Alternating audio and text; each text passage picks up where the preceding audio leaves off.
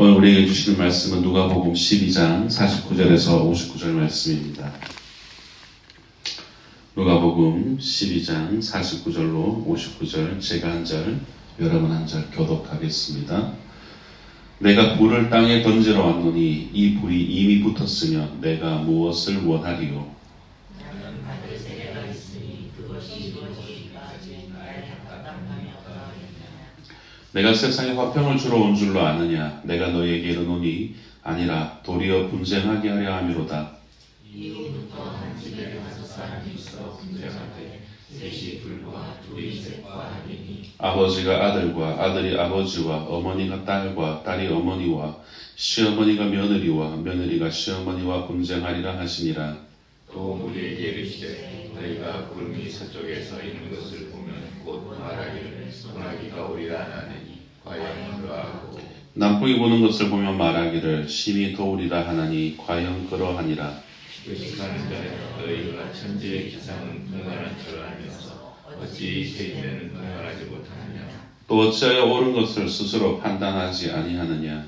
내가 너를 고발하는 자와 함께 북한에게 갈 때에 길에서 화해하기를 힘쓰라. 그가 너를 재판장에게 끌어가고 재판장이 너를 옥졸에게 넘겨주어 옥졸이 옥에 가둘까 염려하라. 함께 읽겠습니다. 내게 이르노니 한 푼이라도 남김이 없이 갚지 아니하고서는 결코 거기서 나오지 못하리라 하시니라. 아멘. 오늘 본문의 말씀은 크게 두 가지를 우리에게 이야기해 주고 있습니다. 첫째는 예수님께서 이 땅에 오신 목적에 대해서 우리에게 알려주시고, 둘째는 시대를 읽는 분별력과 그리고 그로 말미암은 회개에 대한 촉구입니다. 그렇다면 여러분, 예수님께서 이 땅에 오신 목적을 우리가 말할 때 가장 먼저 우리가 떠올리는 것은 무엇입니까? 죄인들의 구원을 우리는 떠올립니다. 누가복음 5장 32절을 보게 되면 예수님께서 이 땅에 오신 목적을 아주 선명하게 그 제자들에게 밝히고 있습니다. 누가복음 5장 32절입니다. 내가 의인을 부르러 온 것이 아니요 죄인을 불러 회개시키러 왔다 라고 예수님은 말씀하십니다. 예수님께서는 이 땅에는 죄인들을 불러 회개시켜서 구원하시고자 오셨습니다. 그렇다면 그 목적을 이루기 위해서 어떻게 하시려 하는지를 밝힌 구절이 또한 마태복음 20장 28절에 선명하게 나옵니다. 인자가 온 것은 섬김을 받으려 함이 아니라 도리어 섬기려 하고 자기 목숨을 많은 사람의 대속물로 주려 함이라 라고 말씀하셨습니다. 주님이 땅에 오신 목적은 죄인들을 위해 구원하시고자 자기를 희생시켜 대속물로 주려고 하셨던 것입니다. 그런데 오늘 본문 49절은 이 표현을 좀 달리 하는 것 같습니다. 내가 불을 땅에 던지러 왔노니 이 불이 이미 붙었으면 내가 무엇을 원하리요? 불을 던지러 왔다라고 예수님이 말씀하십니다. 이 구절은 앞의 구절들과 마치 상반된 내용처럼 그렇게 우리는 이해되어집니다. 그래서 이 구절은 해석하기 어려운 구절로 그렇게 보고 있습니다. 그 이유가 이 불에 대한 해석이 쉽지 않기 때문입니다. 일반적으로 불은 심판으로 해석을 합니다. 예수님께서 이 땅의 목적인 죄인들의 구원과는 마치 상반되는 듯하여서 조금 의아하게 우리가 느껴지기도 합니다. 성도 여러분, 그런데 심판은 참과 거짓을 구분을 하고 의인과 죄인을 구분합니다. 심판이라는 단어만 보자면은 우리가 징벌적인 의미가 강하게 느껴지지만 여러분, 심판은 주님 안에서 의롭게 된 사람에게는 징벌이 아니라 구원이자 영원한 생명의 길로 들어서는 그런 시간이 바로 심판입니다. 2000년 전에 예수님께서 이 땅에 오시면서 하나님의 나라가 이미 시작되었지만 아직 완성되지 않았다는 것을 우리가 믿고 있죠. 우리는 그것을 흔히 already not yet 이라고 얘기를 합니다. 그것이 바로 우리의 종말론적인 신앙입니다.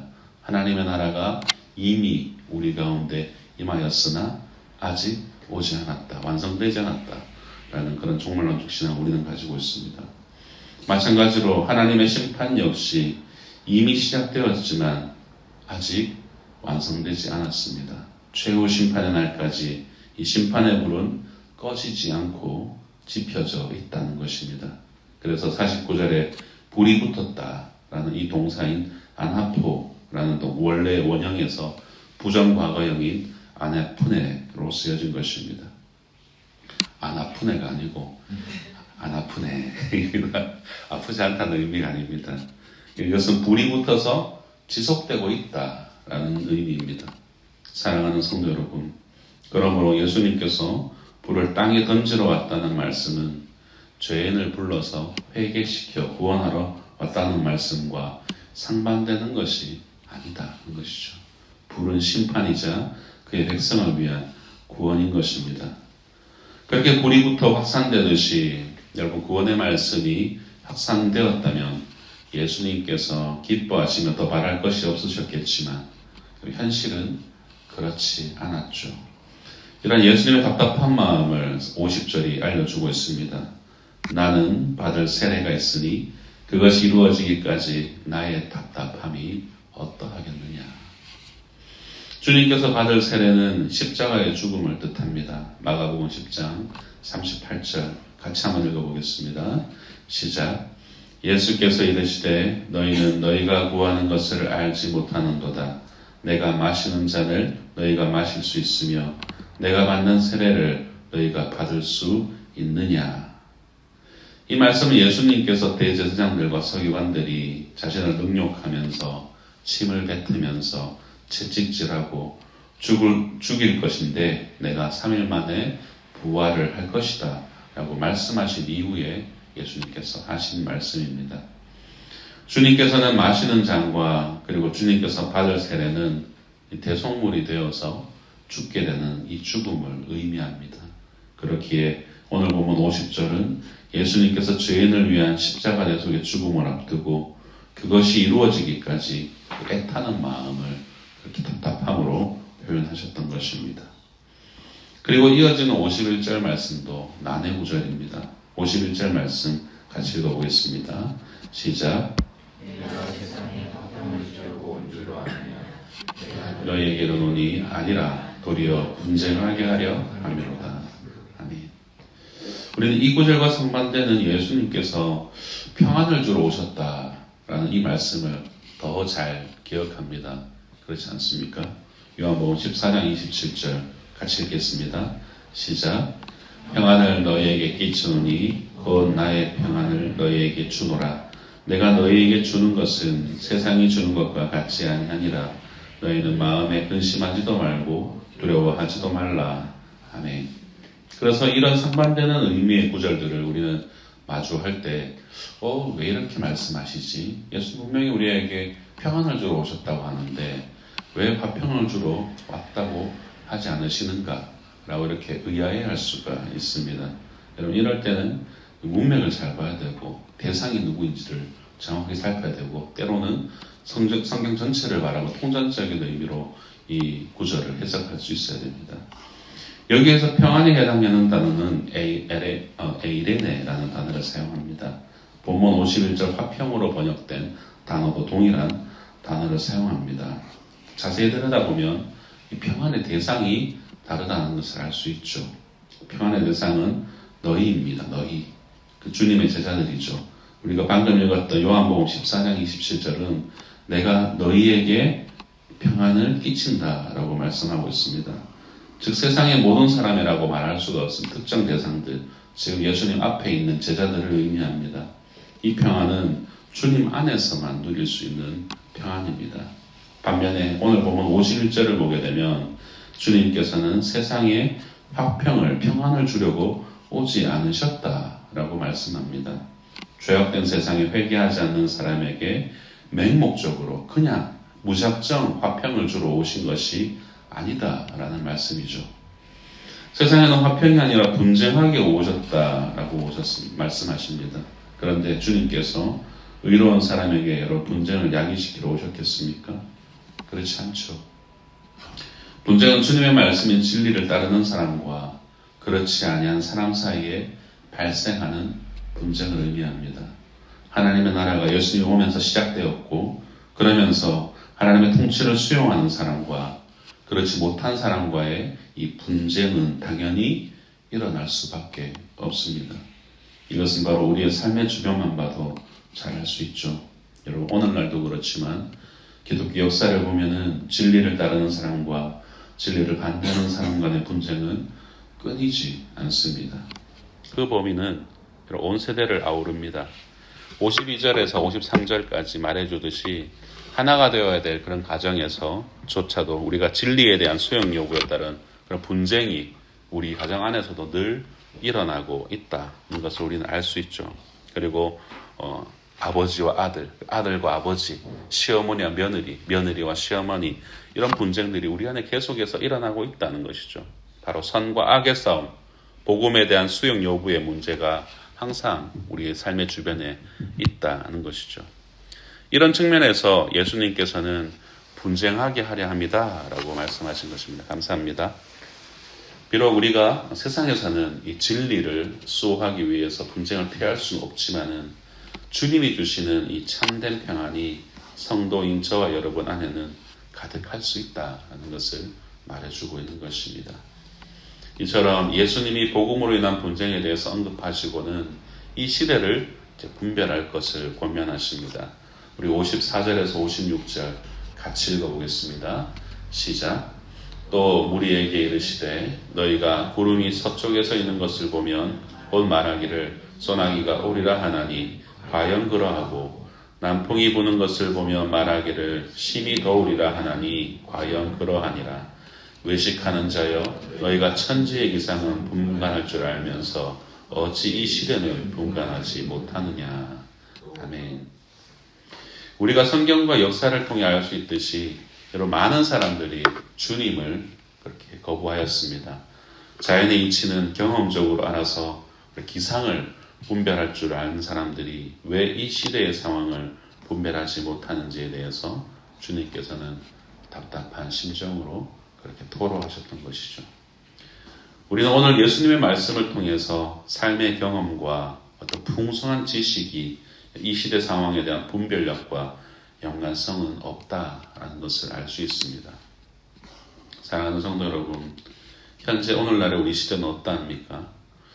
우리가 직면한 시대적 상황에 대한 분별력이 없이 어떤 경험과 지식으로 가질 수 없습니다. 시대에 대한 분별력은 오로지 말씀의 불이 내 안에 지펴질 때 여러분 그것을 우리는 얻을 수가 있습니다. 최후 심판의 때에 대한 분별력은 하나님의 말씀을 인생의 표대로 삼는 자만이 가질 수가 있습니다. 그러한 시대를 읽는 분별력이 없으면 종국적으로 우리의 인생에는 우리는 방랑자가 되고 구원의 때를 놓치게 되고 완성될 하나님의 나라를 우리는 누리지 못하게 됩니다. 여러분 우리가 아무리 억만금을 가지고 있고 세상이 부러워하는 지식을 가지고 있고 천년만년 살 것 같은 그런 건강을 가지고 있다고 한들 하나님의 말씀이 표대가 되지 않는 자들은 모두 다 인생의 끝자락에서 허망하게 구원의 때를 놓치게 되고 하나님의 나라를 유업으로 얻지 못하게 되는 것입니다. 여러분 이토록 우리가 시대를 분간하지 못하는 그들을 향해서 예수님은 재판의 비유로 이 분별력이 필요하다는 것을 한 번 더 알려주십니다. 57절에서 59절 말씀. 또 어찌하여 옳은 것을 스스로 판단하지 아니하느냐. 네가 너를 고발하는 자와 함께 법관에 갈 때에 길에서 화해하기를 힘쓰라. 그가 너를 재판장에게 끌고 가서 재판장이 너를 옥졸에게 넘겨주어 옥졸이 옥에 가둘까 염려하라. 내게 이르노니 한 푼이라도 남김이 없이 갚지 아니하고서는 결코 거기서 나오지 못하리라 하시니라. 아멘. 누가 자신을 고발할 때에 화해하기를 힘쓰라 라고 말합니다. 피고인이라고 해서 반드시 범법자는 아니지만 여러분 이 비유에서는 어떤 금전적인 일로 고소를 당한 것으로 보아서 이 피고인은 돈을 빌려서 갚지 않아 이 채무이행을 이행하지 못한 것으로 보입니다. 채권자는 약속 기간이 지나도 돈을 받지 못하니 당연히 이 돈을 받기 위해서 이 채무자를 법관에게 데려가 재판을 받게 하려고 할 것입니다. 이러한 상황이라면 채무자는 재판을 받기 전에 당연히 여러분 채권자와 자기가 돈을 빌린 사람에게 나아가서 화해하거나 조금 늦어져서 죄송합니다. 곧 갚을게요. 라고 하는 어떤 화해하려고 하는 시도들이 있어야 되는 것이 분별력 있는 사람의 모습일 것입니다. 만약에 채무 이행을 하지 않는 그런 자신의 모습, 잘못은 생각하지가 않고 채권자의 어떤 무정함만을 우리가 원망한다면 그는 사리분별이 밟지 못한 사람입니다. 재판전에 돈을 갚든지 아니면 채권자에게 양해를 구하고 채무 연장이 되도록 설득하는 것, 그것이 분별력 있는 행동 아니겠습니까? 성도 여러분, 이 비유는 채무 불이행처럼 어려움이 닥칠 때에 협상을 잘하는 사람이 되어야 된다라고 예수님이 그렇게 가르쳐 주신 말씀이 아닙니다. 비유에서 이 채무자는 시대를 분별하지 못하는 사람을 가리키고 고소인은 불을 가져오신 예수님을 뜻합니다. 재판장 앞에 서는 날은 심판의 날입니다. 곧 최후 심판이 오기 전에 분별력 있게 회개하고 예수 그리스도를 구주로 받아들여서 구원을 받으라라는 그런 말씀이시죠. 왕관의 보석 같은 성도 여러분, 말씀을 맺겠습니다. 무분별한 사람이 재판장이신 하나님께로 가기 전에 여러분, 우리는 그 길 위에 있는 사람에게 화해의 방법을 알리는 주님의 도구가 되어야 할 것입니다. 우리 주변에는 불을 지피신 주님을 몰라보고 그냥저냥 그렇게 인생을 살다가 재판장에게 무턱대고 가려고 하는 분별력 없는 사람이 너무나도 많이 있습니다. 그러한 사람이 나의 가정에도, 나의 이웃에도, 나의 직장에도, 길 위에도 그렇게 사람들이 있습니다. 부디 저와 여러분 이 시대를 분별하면서 오늘 하루 그 사람들의 길 위에 영원한 하나님의 나라로 인도하는 하나님의 말씀의 벽대를 그들에게 삶으로 보여주는 그러한 성도의 삶이 되시기를 주님의 이름으로 축복합니다. 기도하겠습니다.